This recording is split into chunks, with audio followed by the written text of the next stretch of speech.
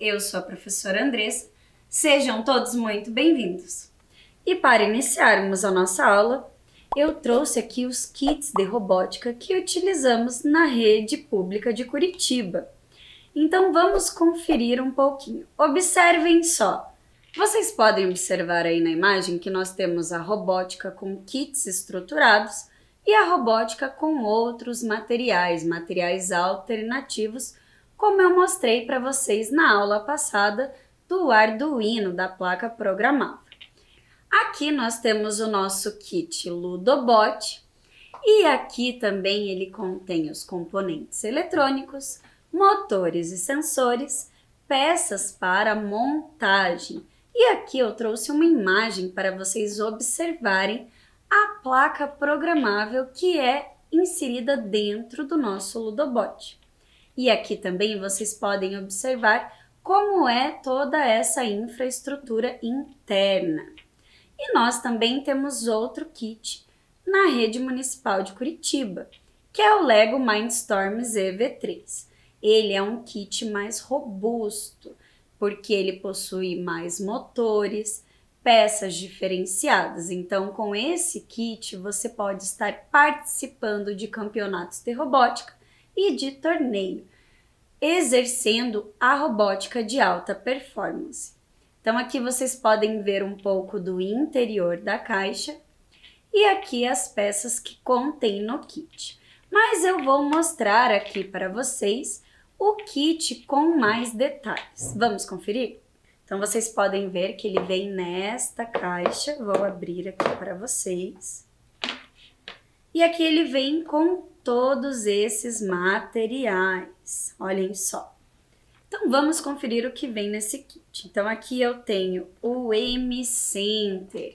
O que é o M-Center? Ele é o cérebro do robô. Então, aqui eu tenho todas as possíveis conexões para os sensores.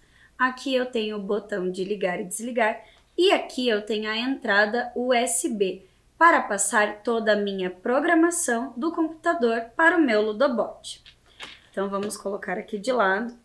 E aqui nós temos o M-Cook, essa peça aqui, ó. E ela se junta ao M-Center. Vocês até podem ver, ó, que há um ímã aqui, ó. E essa peça, ela é utilizada para fazer a ligação com esse motor aqui, ó, que é o motor DC. E aqui nós temos também a parte inferior do nosso Ludobot. Aqui nós temos o motor e aqui vocês podem ver que o eixo é onde se conecta aqui. Esta bolinha aqui para dar suporte quando eu encaixo as minhas rodas. E vocês podem ver também que ele se encaixa aqui como peça de montar, ó. Então, vou juntar aqui para vocês verem, ó. Se encaixa perfeitamente. E nós temos também alguns sensores que vêm no nosso kit. Aqui eu tenho o sensor Find Liner, ou seja, seguidor de linha. E ele também é conhecido por sensor de reflectância. É ele que nós utilizamos para fazer a programação de um seguidor de linha, ou até se a gente quer pegar um robô para chegar até certo ponto e parar, ele vai identificar um obstáculo também na frente. Nós temos também o sensor giroscópio. Esse sensor ele faz a medição de movimentos em graus.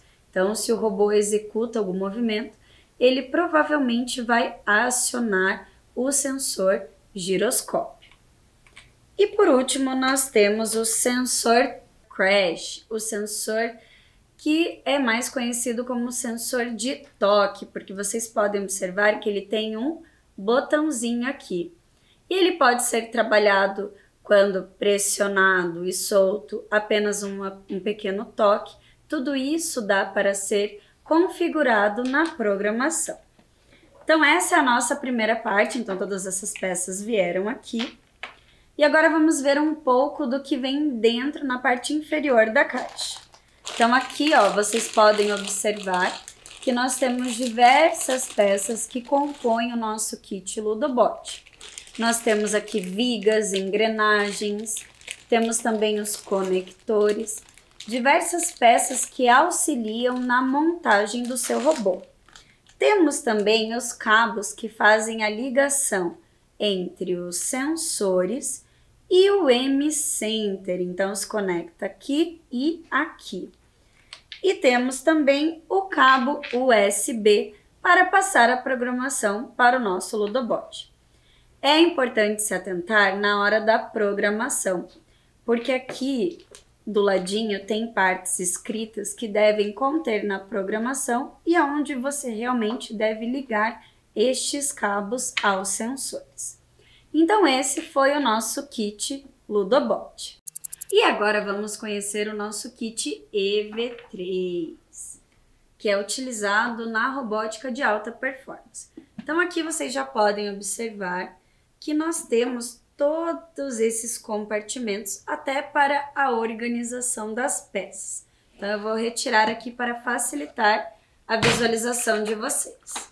Então olhem só, aqui eu vou mostrar algumas peças que vêm, tá? Então nós temos aqui a viga, temos também vigas em formatos diferentes, temos também L em L, temos também o famoso eixo que eu falei que vai entre as rodas, entre as engrenagens, e os eixos também têm vários tamanhos, tanto no Ludobot quanto no EV3. Temos também os conectores, e os conectores também têm tamanhos diferentes, e temos aqui um conector de um lado, e do outro lado ele tem o encaixe de um eixo, que ele também auxilia nas estruturas. E temos diversas outras peças, como também as engrenagens de diferentes tamanhos. Vocês podem estar observando aí, ó, que nós temos diferentes tamanhos de engrenagem. E temos também a roda, que é bem parecida com a roda do nosso Ludobot. Aqui dentro da caixa eu tenho também os pneus e tenho também essa base para o pneu para fazer uma montagem, uma estrutura mais robusta. Então essas foram as peças, algumas peças aqui, ó, também tem os conectores de 4 lados que eu mostrei para vocês. Mas agora vamos ver as outras partes que vêm no kit, como os sensores, motores. Vamos conferir aqui, ó. Então aqui de primeira, ó, eu já vou mostrar para vocês que nós temos o motor grande. Esse motor ele é mais utilizado quando o robô precisa exercer uma força maior. Então aqui nós temos também o motor médio, ó, em comparação com o motor grande, vejam a diferença. Ele também é utilizado para movimentação. E aqui, ó, nós temos o nosso cérebro, o nosso M-Center do EV3. Então, como que funciona? Aqui nós temos o display, onde vai aparecer todas as programações, ou você também pode programar para aparecer um tempo de resultado de algum cálculo, ou até uma carinha feliz, ou até uma escrita. Normalmente nós ligamos aqui, ó, no botão do meio e aqui para voltar a outra interface. Aqui vocês podem observar as portas de entradas com números e aqui as portas de entradas com letras. Isso é bem importante se atentar também na hora da programação, porque você vai ter que ligar na porta certa que você colocou na sua programação no sensor. E aqui nós também temos a entradinha do USB para transmitir essa programação para o nosso EV3. O EV3 ele pode ser carregado através da sua bateria, que você pode estar carregando ele na tomada, ou você pode também estar fazendo uso de pilhas. Então tem essas duas possibilidades que nós podemos utilizar com o nosso EV3. Agora eu vou mostrar para vocês os sensores que vêm no nosso kit. Então o primeiro aqui, ó, nós temos o sensor de toque. Ele é bem parecido com o do Ludobot, mas por ser um kit com uma estrutura maior, ele também vai ser maior. E o botão também. Então vejam aqui, ó, que eu posso programar para pressionar e tirar. pressionar rapidamente ou apenas dar um toque. Então, este é o sensor de toque. E aqui nós temos o sensor giroscópio.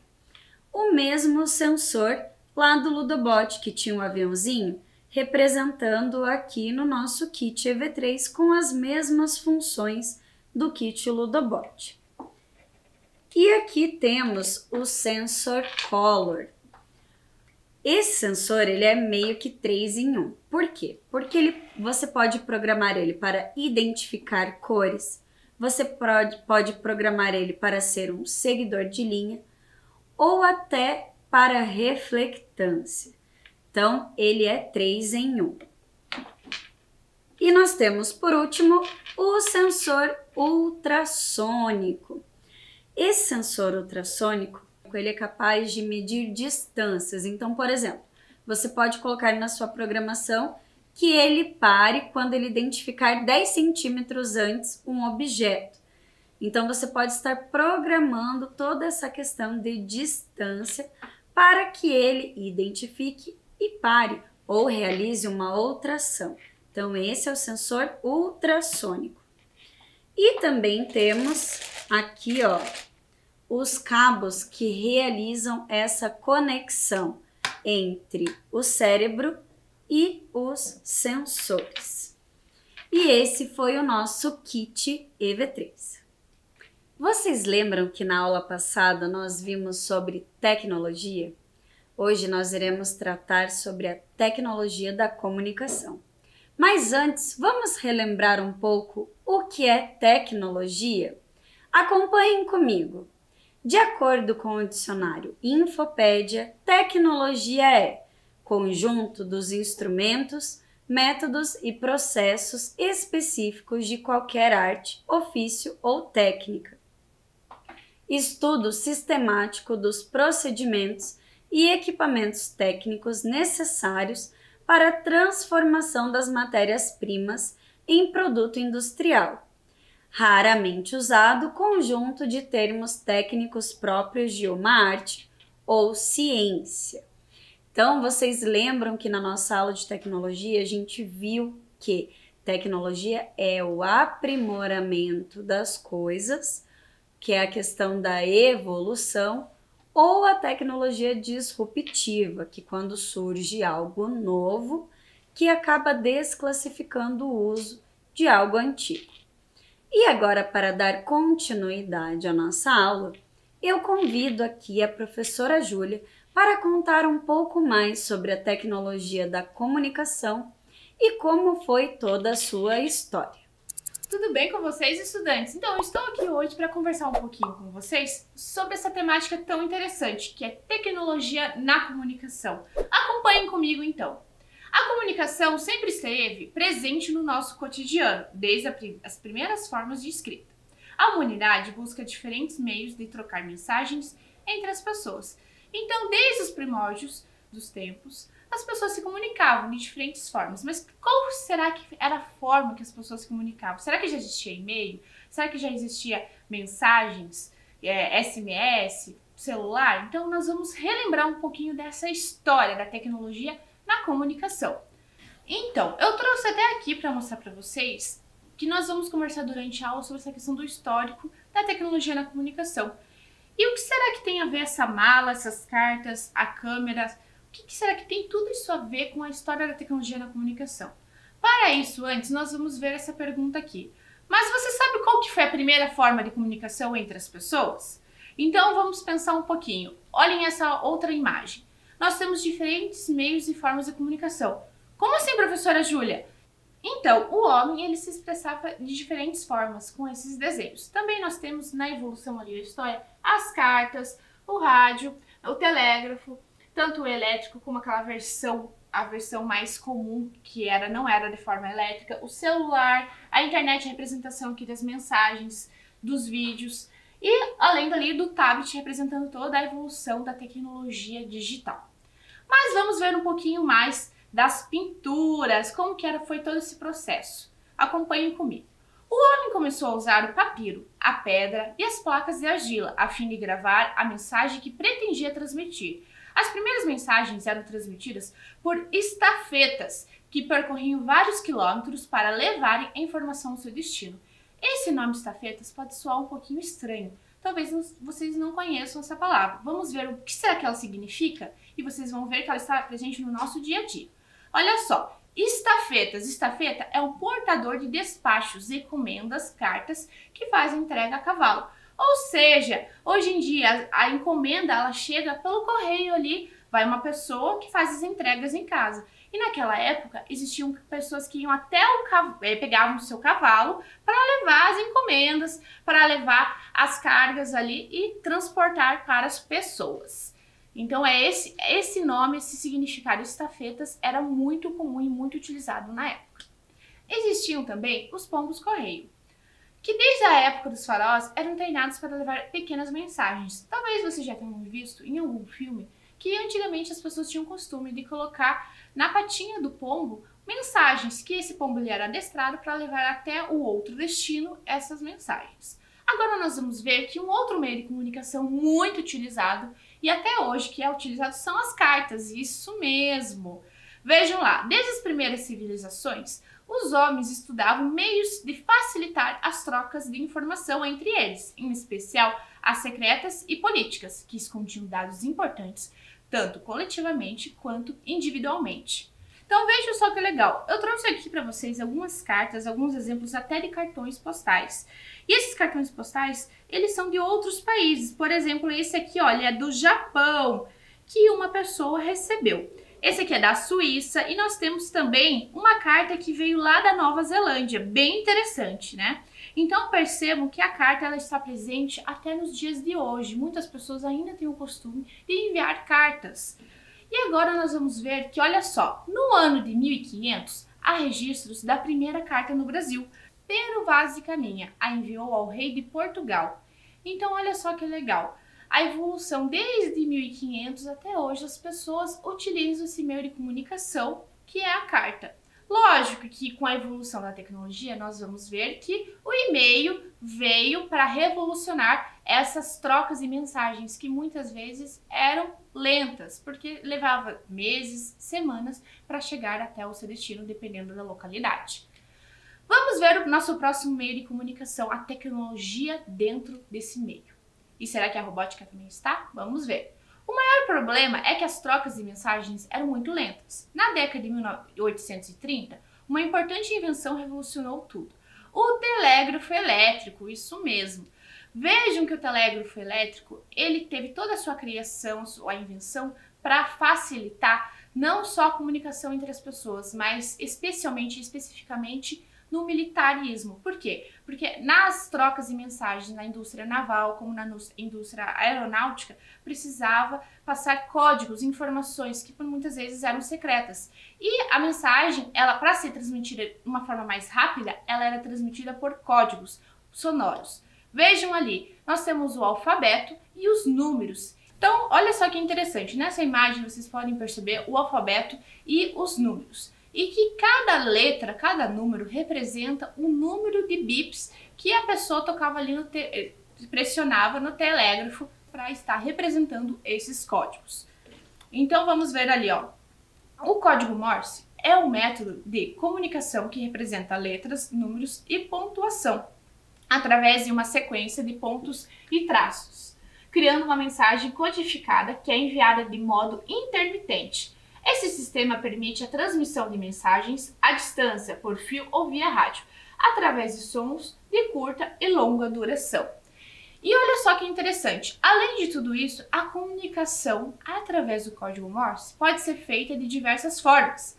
A transmissão de mensagens codificadas podem ser realizadas por pulsos elétricos, redes telegráficas, ondas mecânicas através do som, ondas eletromagnéticas, sinais de rádios com pulsos ou tons curtos e longos, ou ainda por sinais visuais, utilizando ferramentas como as lâmpadas.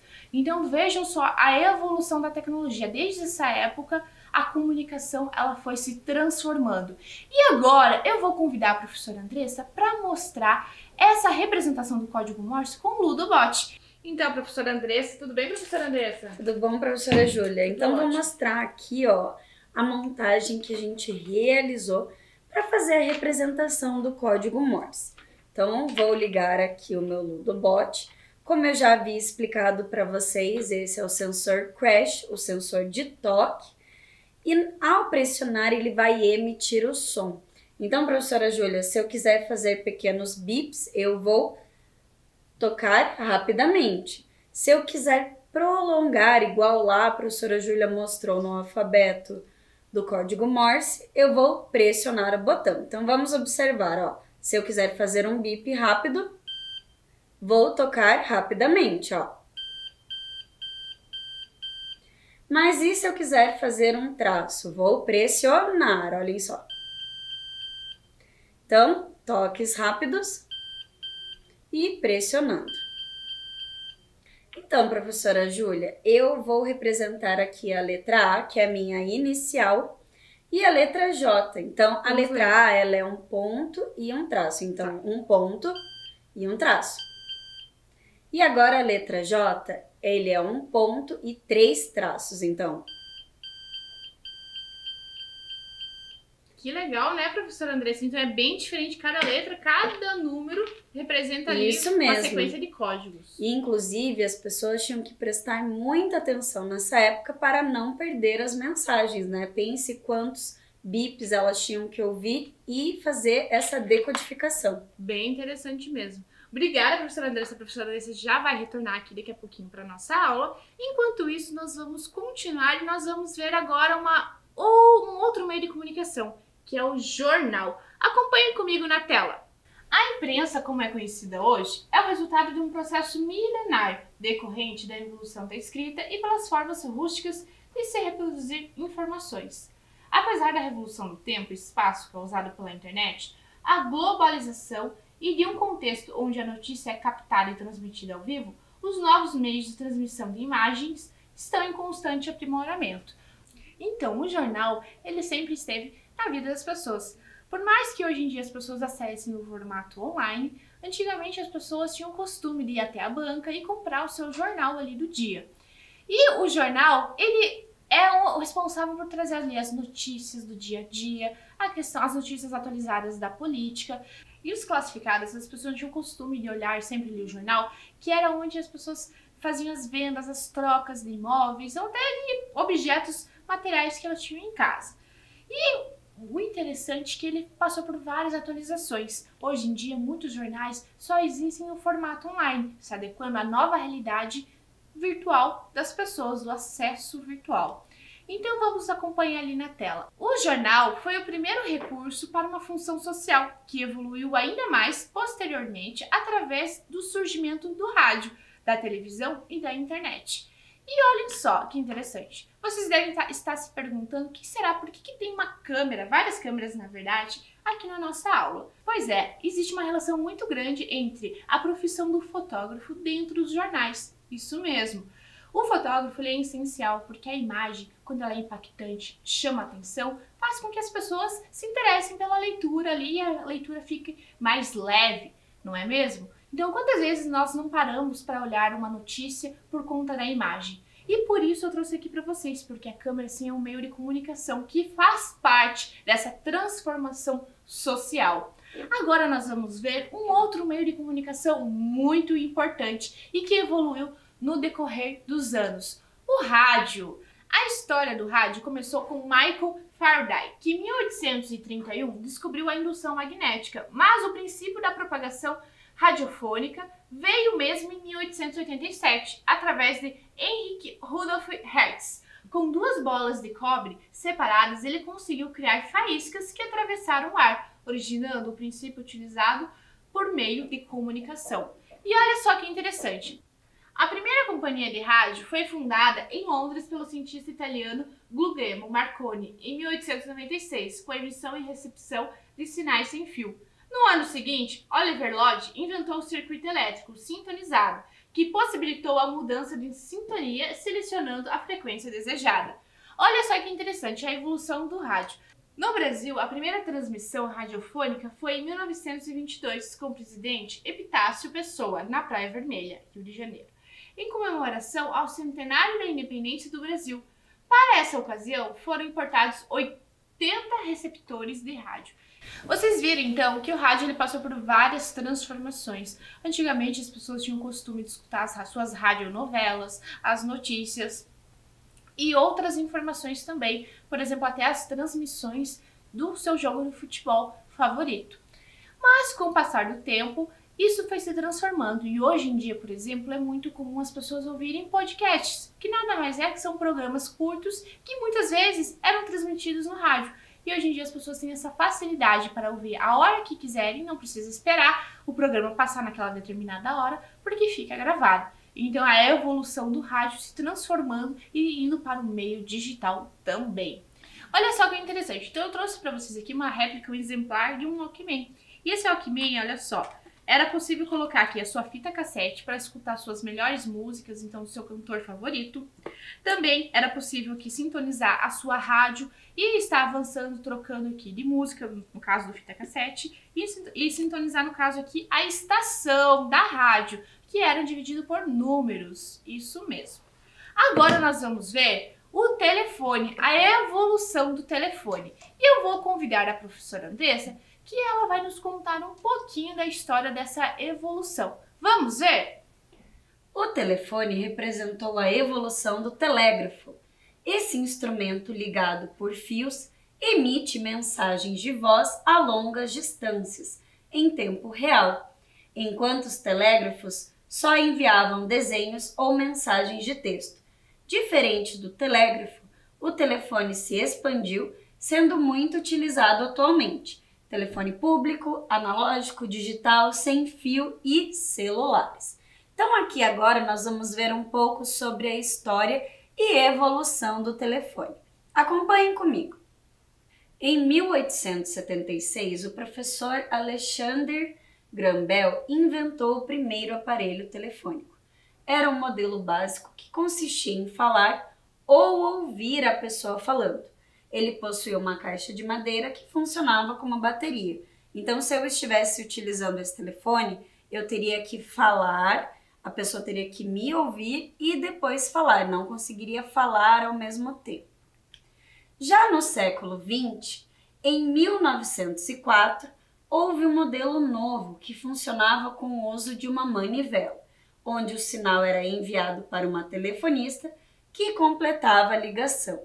Então, a pessoa ligava da sua residência e ia para uma central de telefonistas para depois ser completada a ligação. Após isso, em 1950, foi criado o telefone através da discagem, onde girava-se um anel para discar o número desejado. No ano de 1965, foi criado o modelo flip de telefone, uma aprimoração do modelo anterior. Já em 1970, surgiu os telefones fixos, com botões para realizar as ligações. Em 1980, foi criado o telefone sem fio, permitindo que as pessoas pudessem andar dentro de casa enquanto falavam no telefone, em um determinado raio de distância da base. Então, as pessoas não podiam se distanciar muito da base do telefone, pois perdia essa conexão. E em 1990 surgiu o primeiro celular no Brasil. Era um modelo grande com um visor para ver os números digitados. Normalmente esse celular ele era conhecido e chamado de tijolão, porque ele era um celular realmente muito grande e muito robusto. Na década dos anos 2000 surgiram os celulares com visor colorido e designs diferenciados, como também tinha uma novidade, a câmera digital. Então a gente já foi vendo o quanto foi evoluindo. Já em 2005, foram criados os primeiros modelos de celular com a capacidade de armazenar arquivos de música, MP3. Então, como que funcionava esse celular? Você baixava as músicas no seu computador e passava pelo cabo para o celular.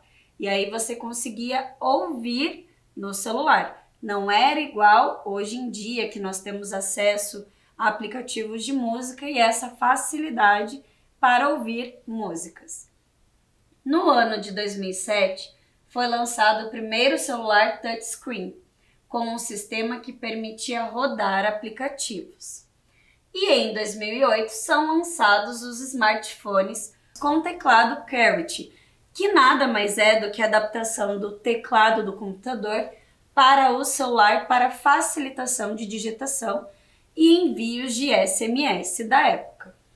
E em 2011 são lançados novos modelos de smartphones com diversos aplicativos, acesso à internet e câmera com melhor definição.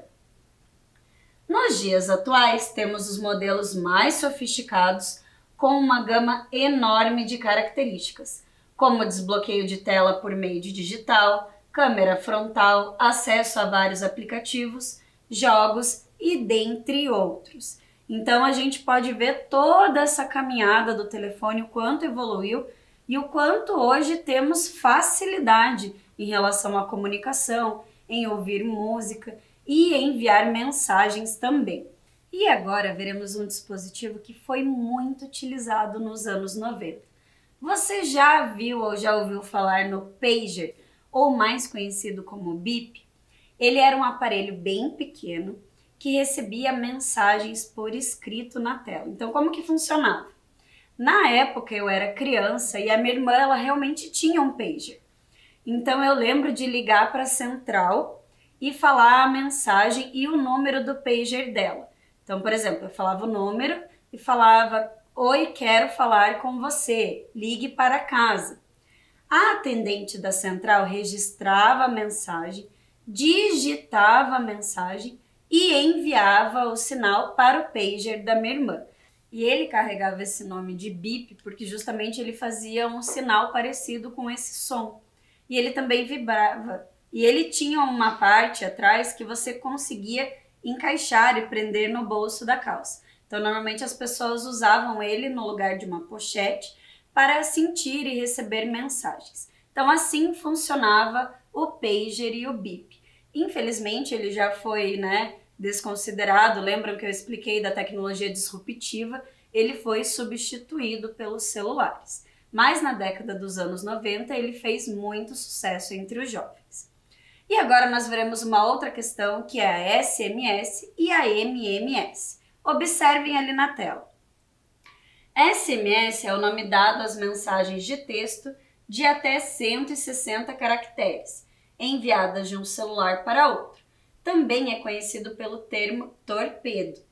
E MMS é uma espécie de evolução do SMS, com a possibilidade de não só escrever muito mais que 160 caracteres, como embutir imagem e até som na mensagem. Todos os smartphones suportam esse tipo de mensagem. Então, quando a professora era adolescente, ela utilizava esse meio aqui, de SMS. Na época, não tinha outros meios de comunicação e mensagem instantânea. Então, assim, tinha só essa possibilidade de caracteres para enviar as mensagens.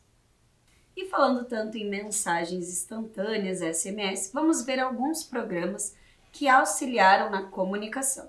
Então, ali em 1996, nós tivemos o famoso ICQ, que era baixado no computador e havia essas trocas de mensagem entre as pessoas.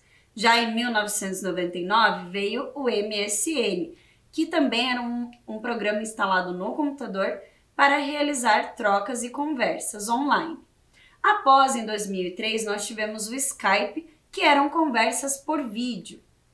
Já em 2004, nós tivemos a rede social Orkut, que foi muito utilizada aqui no Brasil, e as pessoas trocavam comentários, depoimentos.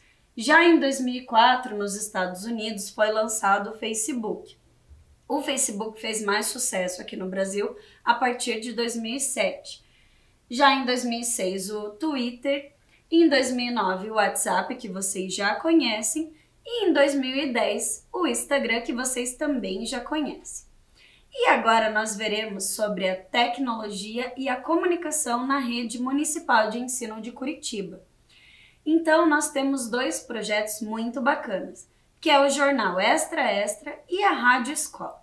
Vamos ver um pouquinho sobre eles. O jornal eletrônico. O projeto iniciou em 2001, completando 20 anos de ações envolvendo o uso de tecnologias e mídias digitais. Os estudantes podem criar jornais digitais, simulando uma redação de jornal, desde a produção dos textos, produção de imagens, fotos, vídeos e desenhos, até editar e publicar na web, utilizando a página do jornal www.extraextra.curitiba.pr.gov.br.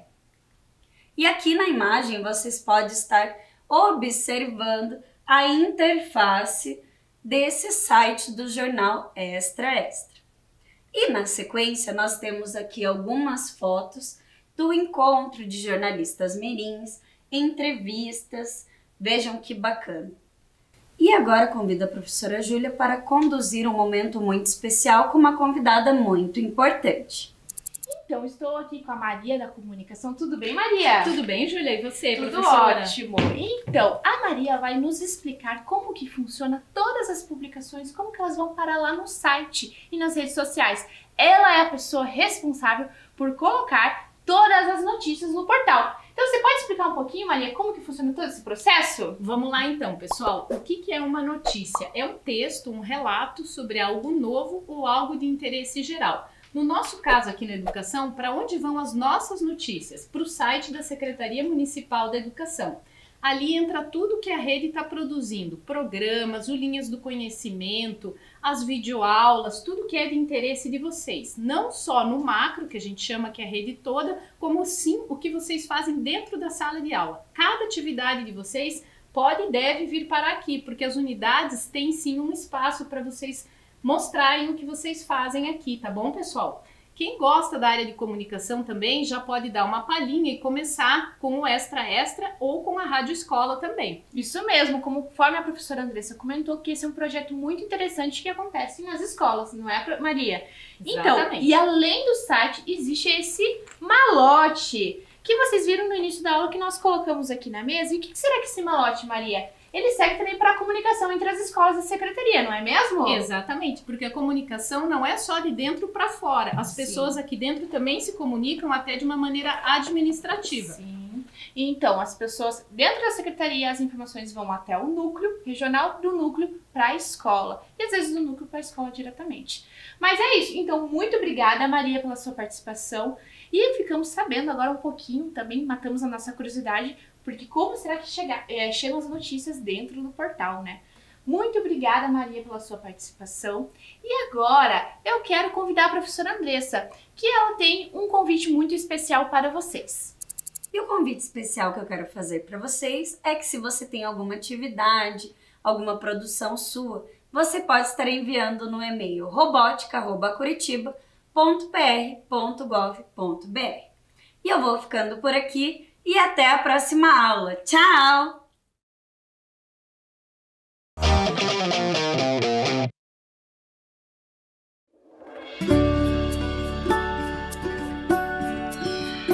Oi, tudo bem com você? Comigo tá tudo ótimo.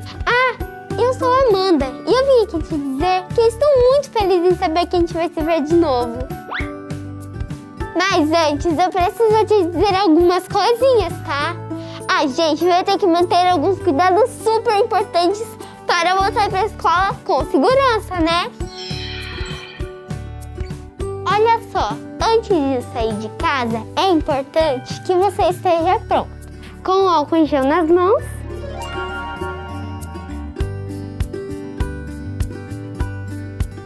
e a máscara certinha no rosto.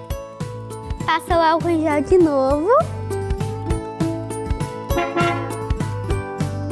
Use máscara sempre, inclusive no busão. Sabemos que a saudade é enorme, mas ainda não dá pra gente se abraçar. E nada de beijos e apertos de mão também. A distância é a melhor forma de mostrar que você tá sempre junto. E ficar 1,5 metro dos seus amigos, tá? Você pode compartilhar amor e muita alegria. Só não pode compartilhar materiais e outros objetos. E não tira essa máscara de jeito nenhum. nunca, beleza? Nem mesmo para conversar.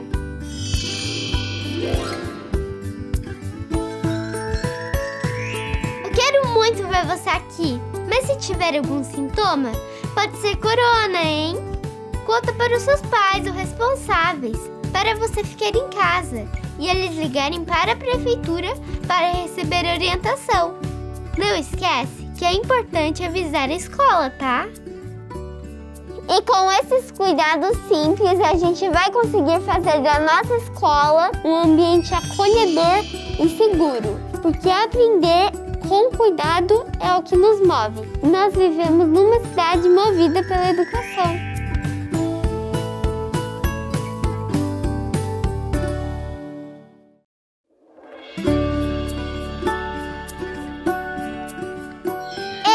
Olha eu de novo. Deixa eu te perguntar uma coisa. Já tá pronto para voltar para a escola?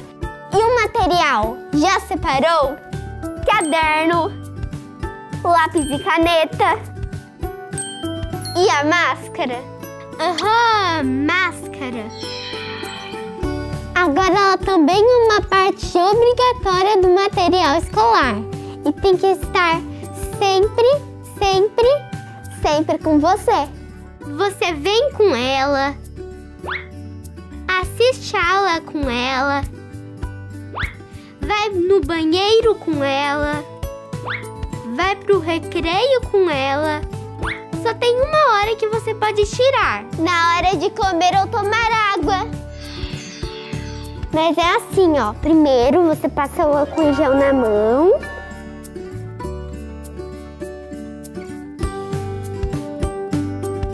E tira a máscara com cuidado, pegando pelo elástico. E coloque dentro de um saquinho vazio. Lembre-se de trazer de casa, hein?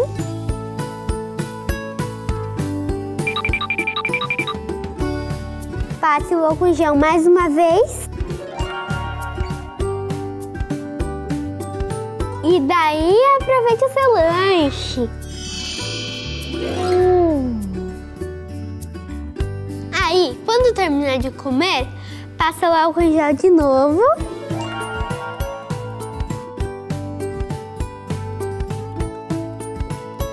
E passa direitinho. E coloca a máscara no rosto. Então já sabe, né? Máscara sempre. Ela protege você, seu colega e a sua família. Tô te esperando aqui, hein? Vem logo, mas vem de máscara. Tchau, tchau.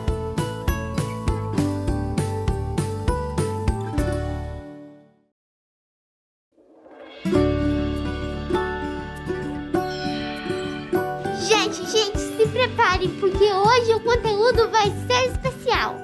Com vocês, jeito de demonstrar carinho na pandemia.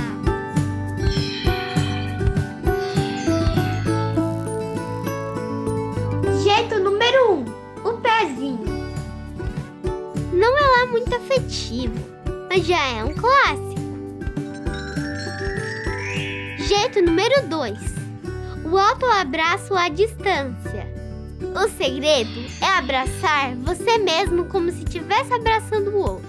E imaginar que você está recebendo um abraço do outro no seu próximo abraço. Deu para entender?